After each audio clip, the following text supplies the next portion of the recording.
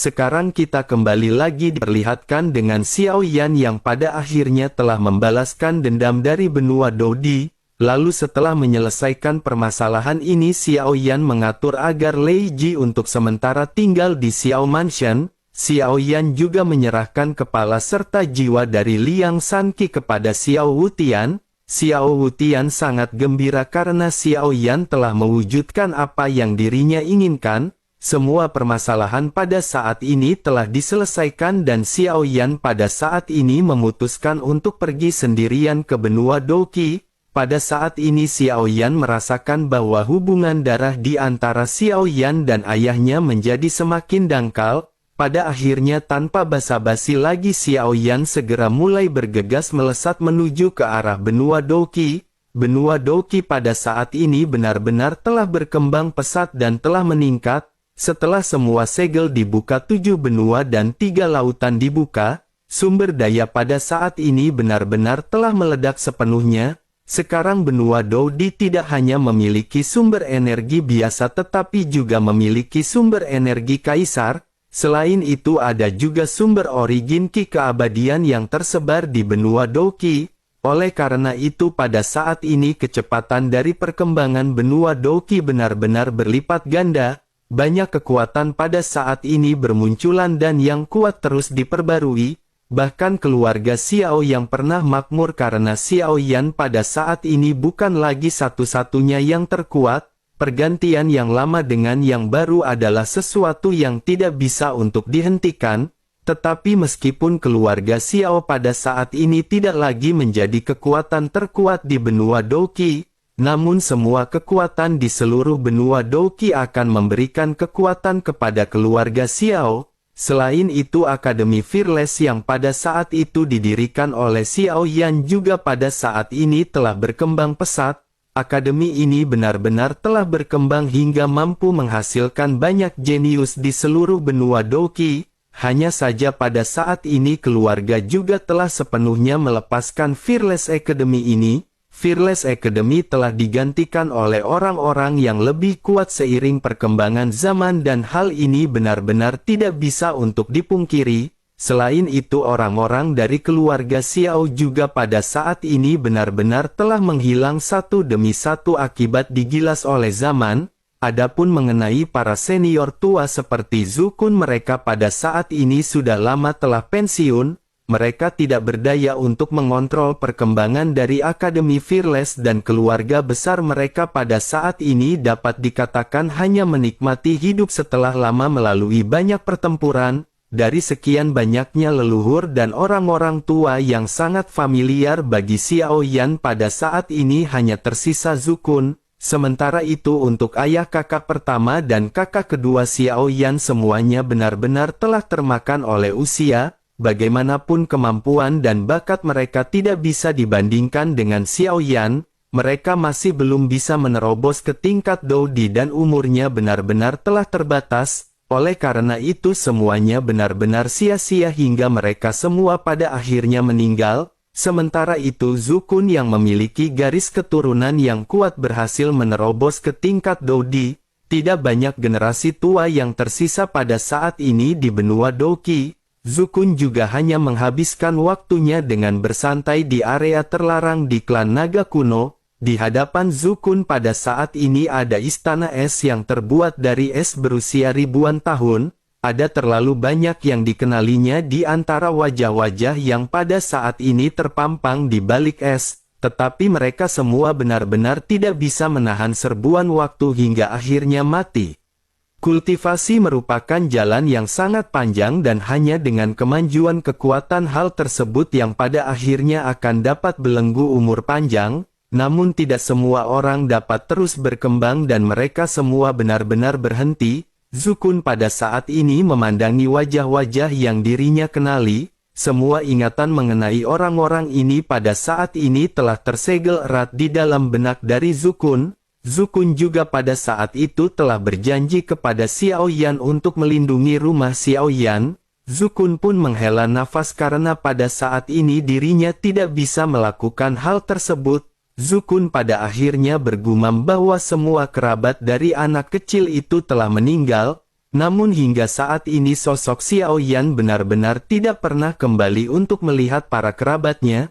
Sementara itu di sisi lain pada saat ini sosok Xiao Yan segera muncul di atas langit benua Doqi. Xiao Yan pada saat ini tergantung di puncak dunia Doqi dan menghadap ke dunia yang telah mengalami perubahan besar. Segala sesuatu yang Xiao Yan kenal sebelumnya pada saat ini sepenuhnya telah terhapus seiring berjalannya waktu. Xiao Yan pada akhirnya memutuskan untuk datang ke Xiao Mansion dan Xiao Yan pada saat ini menyembunyikan auranya. Dengan begitu maka meskipun Xiao Yan berpapasan tidak akan ada orang yang bisa menemukan keberadaan Xiao Yan.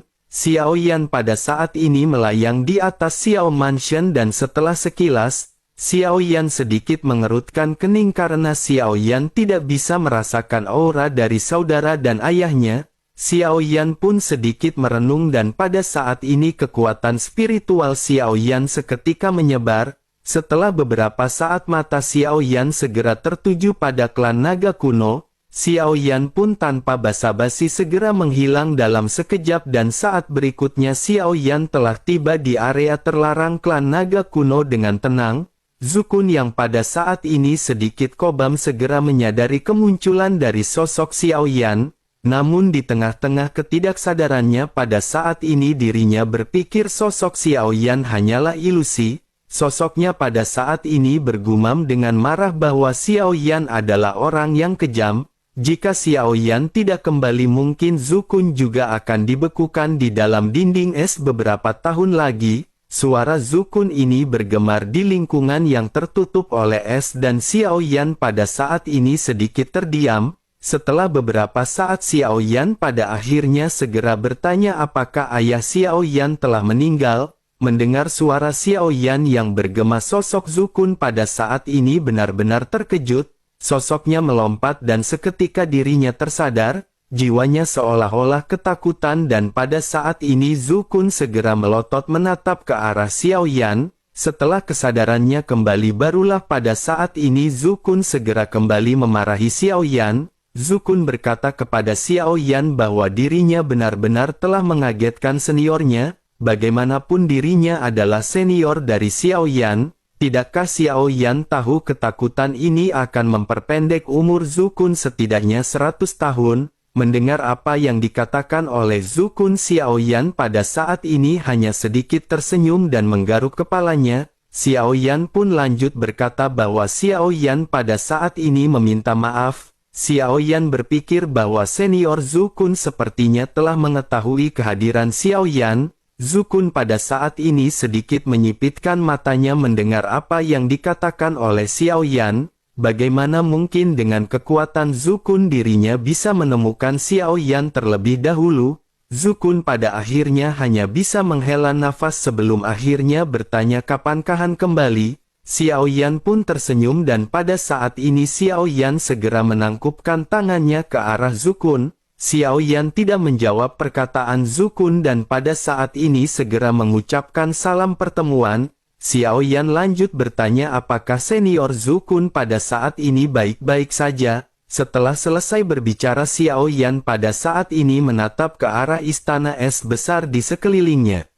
Begitu memasuki tempat ini Xiao Yan sudah bisa menebak beberapa hal, sementara itu Zukun pada saat ini dengan marah kembali mulai berbicara kepada Xiao Yan. Zukun berkata jika Xiao Yan tidak kembali dan melihatnya Xiao Yan juga mungkin tidak akan mendapatkan berita apapun karena Zukun juga berada di dalam es tersebut. Mendengar hal tersebut Xiao Yan pada saat ini hanya bisa tersenyum pahit dan merasa tidak berdaya. Xiao Yan pada saat ini hanya bisa menghela nafas dan berpikir bahwa semua ini sudah ditakdirkan. Bahkan Xiao Yan tidak dapat mengubah hidup usia tua penyakit dan kematian. Ini adalah hukum reinkarnasi di dunia. Habisnya masa hidup seseorang dan terbunuh adalah sebuah konsep yang berbeda. Meskipun Xiao Yueli mampu menyelamatkan orang-orang dari tim Fearless tetapi semua itu karena mereka semua dimusnahkan sampai mati. Mereka mati bukan karena masa hidup mereka yang telah habis di dunia. Hal ini benar-benar berbeda dengan apa yang dialami oleh ayah serta saudara-saudara Xiao Yan. mereka telah menghabiskan masa hidup masing-masing dan sekalipun Xiao Yueli bisa untuk menyelamatkan mereka, tetapi Xiao Yueli juga harus melanggar aturan. Melanggar hukum waktu ini setidaknya akan menimbulkan reaksi buruk terhadap Xiao Yueli. Yang paling buruk lagi adalah bahwa seluruh dunia bawah serta dunia sensi akan terkena dampak yang parah. Xiao Yan kembali menghela nafas dan pada saat ini perlahan berjalan ke dalam istana es. Ada ratusan sosok di dalam es dan di antara mereka ada ayah dan saudara-saudara Xiao Yan. Melihat pemandangan ini Xiao Yan pun berlutut dan bersujud 3 kali tetapi tidak ada air mata yang keluar di mata Xiao Yan. Xiao Yan menyadari bahwa peristiwa ini adalah peristiwa penting di dalam sebuah kehidupan. Namun meskipun begitu ada sesuatu yang paling disesali oleh Xiao Yan karena Xiao Yan tidak bisa melihat penampilan terakhir dari ayahnya. Pada akhirnya setelah selesai Xiao Yan pada saat ini kembali bertanya kepada Zukun. Xiao Yan bertanya mungkinkah ayahnya meninggalkan suatu pesan kepada Xiao Yan. Zukun pun sedikit mengerutkan kening dan merenung. Sesaat kemudian sosoknya berkata bahwa tidak ada pesan untuk Xiao Yan. Sebelum Xiao Zhan menemui ajalnya dirinya telah berkeliling dunia untuk melihat dunia Doqi yang luas. Dirinya juga berkata bahwa beberapa keinginannya telah berakhir dan tidak ada yang terlewatkan. Zukun pun sedikit terdiam seolah-olah masih merenung. Sementara Xiao Yan masih memperhatikan Zukun. Setelah beberapa saat Zukun tiba-tiba kembali teringat sesuatu dan mulai kembali menjelaskan. Zukun berkata bahwa ada satu hal yang keluar dari mulut Xiao Zhan pada saat itu, saat dirinya bepergian dengan ayah Xiao Yan sampai akhir seorang gadis pada saat itu telah muncul. Xiao Yan pun sedikit terkejut dan bertanya apa yang dimaksud oleh senior Zukun. Zukun mengangguk dan kembali menjelaskan bahwa semua ini telah terjadi sudah sangat lama, tetapi meskipun begitu Zukun sangat terkesan dengan gadis ini karena dirinya terlihat begitu istimewa, sosoknya dipenuhi dengan perban dan hanya menyisakan sepasang mata yang berwarna merah jambu. Selain itu sosoknya juga berkata bahwa dirinya adalah cucu dari Xiao Zhan. Gadis itu juga menjelaskan kepada Xiao Zhan bahwa selama Xiao Zhan menginginkannya Xiao Zhan bisa menambahkan kehidupannya sebanyak 10.000 tahun. Selain itu gadis ini juga sepertinya sangat mirip dengan Xiao Yan karena dirinya tidak bisa merasakan auranya sama sekali. Dirinya sepertinya sangat kuat dan seharusnya dirinya memang benar-benar putri Xiao Yan. Namun dirinya sangat penasaran karena Xiao tidak memiliki warna mata merah jambu. Mungkinkah gadis tersebut adalah putri Xiao Yan yang terlahir dari cinta lainnya? Melihat Zukun yang pada saat ini sedikit menggoda Xiao Yan hanya bisa sedikit tersenyum. Xiao Yan pada akhirnya segera berkata bahwa itu adalah putri ketiga Xiao Yan yang terlahir dari Suner. Gadis yang telah ditemui oleh senior Zukun dan ayah Xiao Yan diberi nama Xiao Yueli. Xiao Yan pada saat ini sedikit terkejut dan tidak menyangka bahwa Xiao Yueli benar-benar melakukan hal ini. Xiao Yueli juga tidak memberitahu Xiao Yan dan diam-diam telah melakukan banyak hal saat Xiao Yan tidak berdaya. Sementara itu Zukun pada saat ini sedikit terkejut mendengar apa yang dikatakan oleh Xiao Yan. Zukun berkata pantas saja putri ketiga Xiao Yan begitu kuat dan sepertinya kekuatan itu menurun dari Xiao Yan.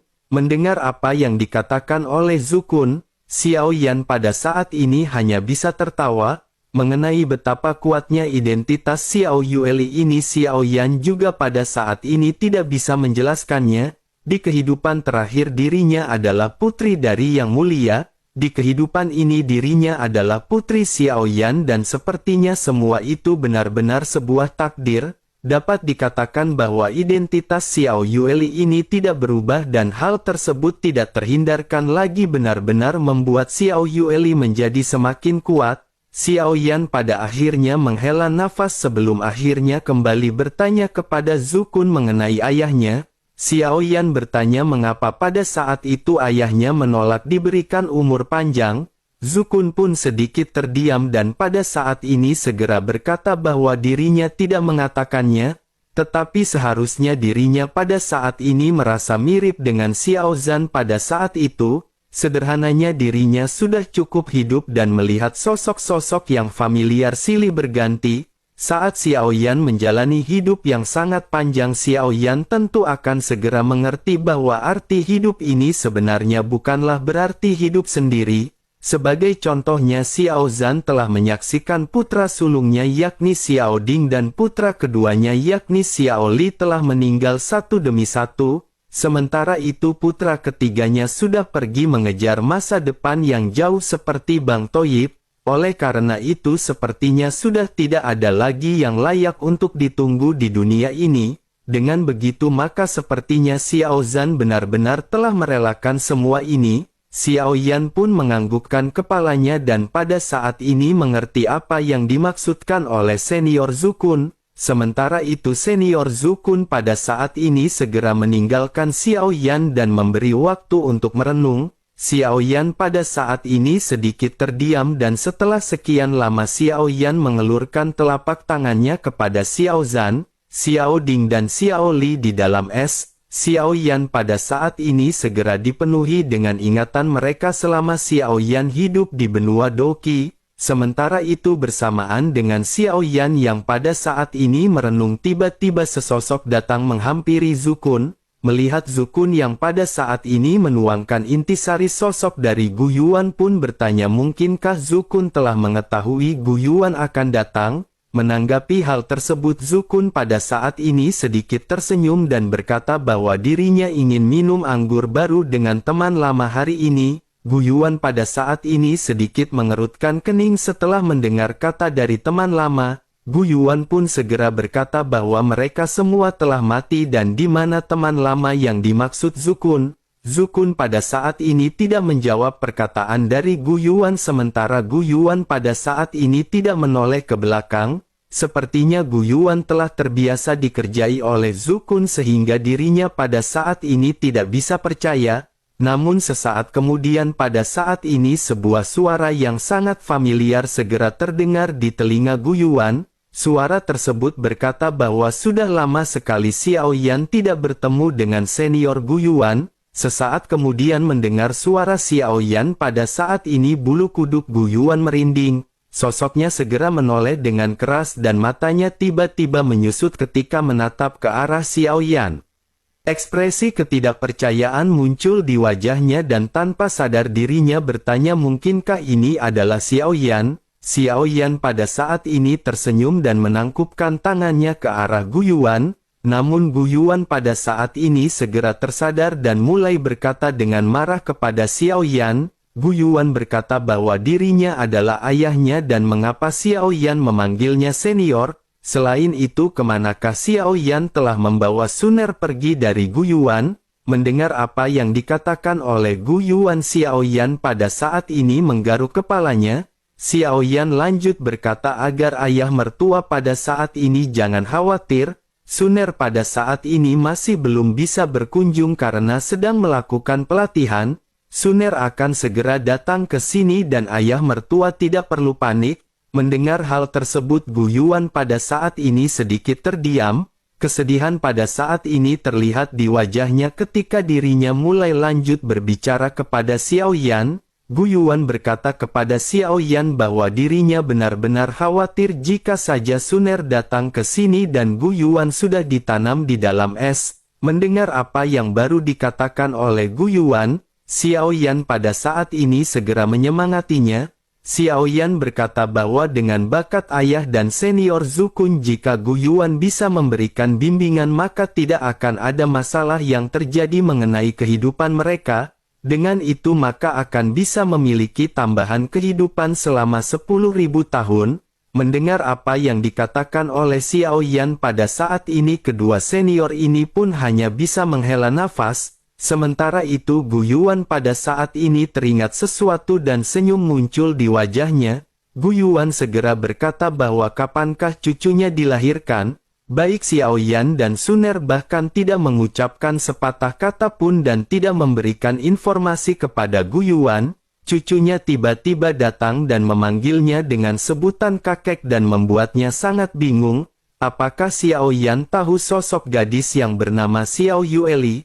Terlebih lagi dirinya juga pada saat itu benar-benar sangat bingung melihat penampilan dari Xiao Yueli. Xiao Yan dan Suner sama-sama memiliki rambut hitam dan mata hitam, tetapi mengapa cucunya memiliki warna merah muda? Mendengar apa yang dikatakan oleh Gu Yuan, Xiao Yan pada saat ini hanya bisa tersenyum pahit. Xiao Yan juga pada saat ini tidak bisa menjelaskan mengenai perbedaan ini kepada Gu Yuan. Xiao Yan pada akhirnya berkata bahwa Xiao Yan juga tidak yakin mengenai hal ini. Mungkin saja gadis ini sengaja melakukan hal tersebut. Mendengar apa yang dikatakan oleh Xiao Yan pada saat ini, Gu Yuan hanya sedikit mengangguk. Sosoknya pada saat ini segera berkata kepada Xiao Yan bahwa dirinya sesungguhnya tidak memiliki permintaan lain. Dirinya pada saat ini hanya ingin Xiao Yan membawa putri dan cucunya kembali kepada Gu Yuan untuk dilihat.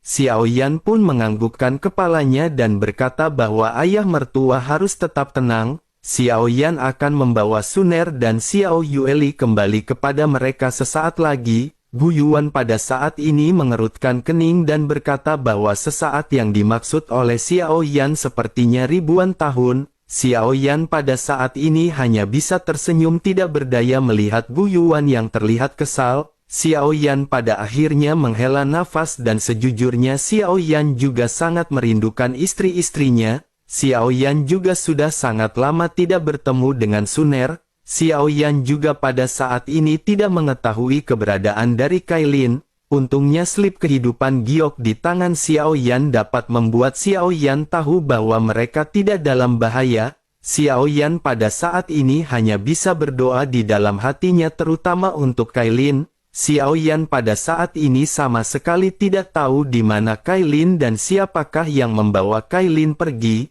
Namun Xiao Yan pada saat ini memiliki spekulasi bahwa sosok yang membawa Kailin tentu menghargai garis keturunannya. Garis keturunan Kailin ini benar-benar sangat kuat dan sepertinya tujuan dari orang yang membawa Kailin adalah untuk mengembangkannya menjadi orang kuat. Xiao Yan pada akhirnya segera menekan pemikirannya ini sebelum akhirnya segera berbincang-bincang santai dengan dua senior. Mereka pada saat ini minum-minum sambil Xiao Yan menceritakan beberapa hal tentang dunia luar. Namun mereka pada saat ini tidak memahami cerita Xiao Yan karena level Xiao Yan terlalu tinggi. Xiao Yan pada saat ini hanya bisa menghela nafas sebelum akhirnya Xiao Yan memutuskan untuk pergi. Xiao Yan juga pada saat ini memberikan 3 pil untuk Gu Yuan dan Zukun dan setiap kali mereka menghadapi belenggu kultivasi, ketika mereka tidak dapat melakukan terobosan maka pil ini akan bisa membantu. Adapun Gu Yuan dan Zukun apakah mereka dapat menerobos ke Douxian semuanya masih tergantung keberuntungan masing-masing. Xiao Yan pada akhirnya segera mengucapkan salam perpisahan kepada dua seniornya yakni Gu Yuan dan Zukun. Sementara untuk perkembangan Xiao Mansion dan Akademi Fearless, Xiao Yan pada saat ini tidak terlalu ikut campur. Xiao Yan pada saat ini tidak peduli seberapa besar ingatan dunia Douqi tentang Xiao Yan. Terlebih lagi intervensi Xiao Yan juga benar-benar akan mempengaruhi perkembangan dunia Douqi. Xiao Yan pada akhirnya terbang ke langit dan menghadap ke benua Douqi untuk terakhir kalinya. Tidak ada apapun di sini yang patut diingat untuk Xiao Yan. Namun Xiao Yan selalu menanamkan bahwa benua ini adalah tempat di mana Xiao Yan dilahirkan dan dibesarkan. Xiao Yan tidak akan pernah lupa mengenai asal-usul di mana Xiao Yan dilahirkan. Mungkin Xiao Yan tidak akan terlalu banyak terlibat dalam urusan di benua Douqi, tetapi saat benua Douqi dalam masalah, maka Xiao Yan akan melangkah maju tanpa ragu sedikit pun. Pada akhirnya tanpa banyak penundaan lagi Xiao Yan segera meninggalkan benua Douqi. Setelah kunjungan ini Xiao Yan memutuskan untuk berangkat lagi karena waktu yang diberikan kepada Xiao Yan hampir habis. Xiao Yan pada saat ini benar-benar harus meningkatkan kekuatannya secepat mungkin. Tujuan Xiao Yan kali ini adalah bersiap untuk pergi ke ujung utara kehampaan di Laut Barat untuk menemukan jantung guntur. Jika Xiao Yan dapat menemukan jantung guntur yakni guntur surgawi penghancur kehampaan, maka kekuatan fisik Xiao Yan akan dapat ditingkatkan menjadi intensitas yang lebih tinggi lagi. Xiao Yan juga pada saat sebelumnya masih khawatir karena mungkin akan sangat sulit untuk mendapatkan jantung guntur ini. Dengan pengalaman Lei Ji akan sedikit banyak membantu Xiao Yan dalam pencarian. Namun meskipun begitu Xiao Yan tidak terlalu memberikan banyak penjelasan kepada Lei Ji. Xiao Yan hanya segera memanggil Lei Ji dan yang lainnya untuk segera bergegas ke Fearless Art. Xiao Yan juga awalnya berniat untuk mengajak Xiao Qi karena bagaimanapun tidak akan ada alam lain yang berani menyinggung benua Dodi dengan kekuatan Xiao Yan. Selain itu bukankah sangat baik jika di dalam perjalanan Xiao Yan mengajak bininya, dengan begitu maka Xiao Yan tidak akan kedinginan. Namun pada saat ini Xiao Qi tidak ingin ikut pergi bersama dengan Xiao Yan meninggalkan benua Dodi. Xiao Qi berpikir bahwa kekuatannya benar-benar masih lemah, dirinya benar-benar khawatir jika di dalam perjalanan dirinya akan merepotkan Xiao Yan, oleh karena itu dirinya memutuskan untuk tinggal di benua Dodi demi meningkatkan kekuatannya. Xiao Yan juga pada saat ini tidak memaksa dan setelah melakukan perpisahan, Xiao Yan dan yang lainnya pada saat ini segera melesat pergi meninggalkan benua Dodi. Fearless Art berubah menjadi asap biru dan menuju ke arah paling utara dari kehampaan di Laut Barat. Tempat itu sudah sangat dekat dengan batas kehampaan utara. Ini adalah tempat di mana dua kehampaan saling bertemu. Hampir tidak ada batas di sini karena badai kehampaan terlalu umum terjadi di tempat ini. Fearless Art pada saat ini melintasi lautan ketiadaan dengan kecepatan yang sangat cepat. Hanya butuh 5 tahun untuk mencapai ujung utara dari benua Dodi.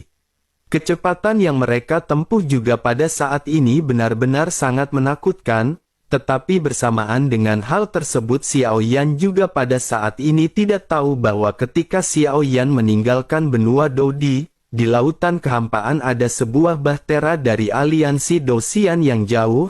Jika dilihat dari arahnya bahtera ini mendekati benua Dodi dengan kecepatan yang sangat cepat, krisis tampaknya akan segera terjadi sementara Xiao Yan benar-benar tidak mengetahui semua ini. Di atas bahtera pada saat ini terlihat sesosok cantik yang mengenakan baju besi berwarna perak dengan 3 pedang panjang yang tergantung di pinggangnya. Wanita ini tidak lain dan tidak bukan adalah Jiansu yang memang diajak oleh Yang Mulia Surga kedua aliansi Dosian Bai Xingyu. Jiansu pada saat ini bertanya kepada Bai Xingyu kemanakah mereka akan pergi. Menanggapi hal tersebut Bai Xingyu segera berkata bahwa Jiansu sudah bertanya kepadanya sebanyak 3 kali. Apakah Jiansu pada saat ini benar-benar sangat tidak sabar? Mendengar hal tersebut Jiansu pada saat ini menyipitkan matanya. Sementara itu meskipun Bai Xingyu merupakan Yang Mulia Surga kedua dari aliansi Dosian, sosoknya pada saat ini tanpa sadar merasakan sedikit perasaan takut terhadap Jiansu. Sementara itu Jiansu pada saat ini menyipitkan matanya dan kembali berbicara kepada Bai Xingyu. Jiansu berkata bahwa dirinya baru saja ikut dengan Yang Mulia Surga kedua tanpa perintah apapun. Dirinya tidak tahu kemanakah mereka akan pergi dan tidak tahu apa yang akan mereka lakukan. Oleh karena itu apakah salah pada saat ini Jiansu mengajukan pertanyaan? Menanggapi hal tersebut Bai Xingyu pun segera kata bahwa Jiansu pada saat ini hanya perlu mengetahui suatu hal. Jiansu akan pergi untuk menghabisi seseorang bersama dengan Bai Xingyu. Mendengar hal tersebut Jiansu pada saat ini hanya sedikit mengerutkan keningnya dan menatap ke arah Bai Xingyu. Sosoknya lanjut bertanya berapa lamakah mereka akan sampai. Bai Xingyu pada saat ini melirik kompas langit berbintang di tangannya dan sedikit mengerutkan kening. Sesaat kemudian dirinya menghela nafas menghitung jarak yang harus mereka tempuh. Meskipun aliansi Dosian kaya akan sumber daya tetapi bahtera mereka tidak bisa dibandingkan dengan bahtera Fearless. Oleh karena itu kecepatan bahtera mereka juga lambat. Terlebih lagi jarak aliansi Dosian terletak di kehampaan timur sementara benua Dodi berada di kehampaan Laut Barat. jarak di antara keduanya benar-benar sangat jauh dan bahkan jika mereka melakukan perjalanan dengan kecepatan penuh, hal tersebut akan memakan waktu hingga lebih dari 200 tahun lamanya.